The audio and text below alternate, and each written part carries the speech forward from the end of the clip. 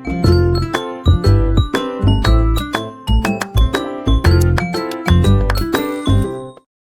जसं की तुम्हाला माहिती आहे गुरुपौर्णिमा होती, तर यांची गुरुपौर्णिमा बाकी होती पूजा करायची मुलांची.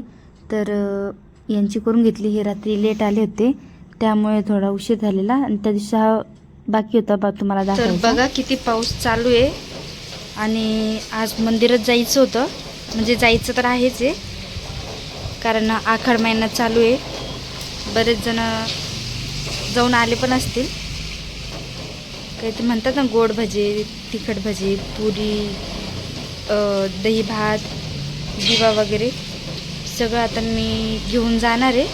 ईश्वरीची शाळा सुटेलच त्या टायमाला तिकडेच जाईल. मग आता असा पाऊस चालू असल्यावरती ते नैवेद्य, तो पाऊस आणि ते गाडी चालवणं बरं असतं.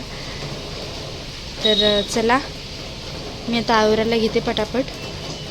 अजून मी काहीच नाही बनवलेलं, फक्त डाळ भिजत घातली ती उडदाची.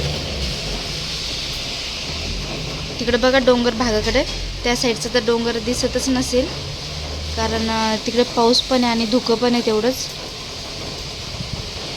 त्या साईडला लोणावळा आहे आणि या साईडला पुणे.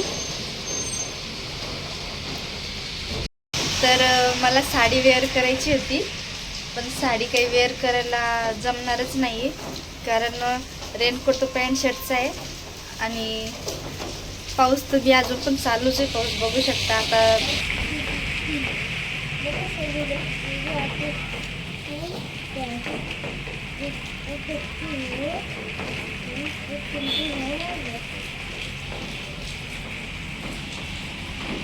मी इथे डाळ भिजवली ती वड्यांसाठी. आता छान धुवून स्वच्छ करून, आणि पाऊस सारखा चालू आहे त्यामुळे लाईट जायचे चान्सेस जास्त आहे ना, त्यामुळे लवकर सर्व मिक्सरची कामं करून घेते.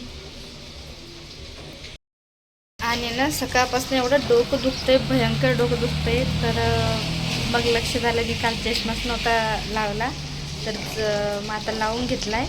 म्हणजे मला काय होतं, चष्मा लावला ना असं ओझं वाटतं, जड होतं आणि मग मला कामच सुचत नाही असं होतं आहे.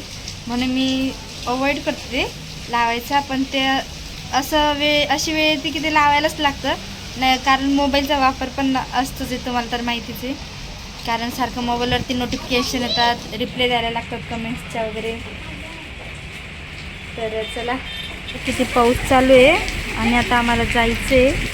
तयारी पण केली आहे सगळी. आणि हे बघा रेनकोट घालून कसे.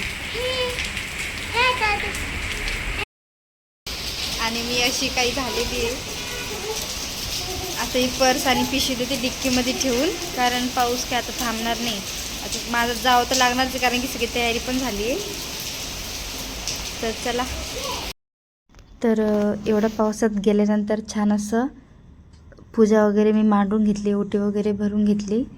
छान दर्शन वगैरे झालं आणि गर्दी काहीच नव्हती. मला वाटलं आता गर्दी पण असते की काय, कारण आखाड महिन्यात बरेच जण जातात ना.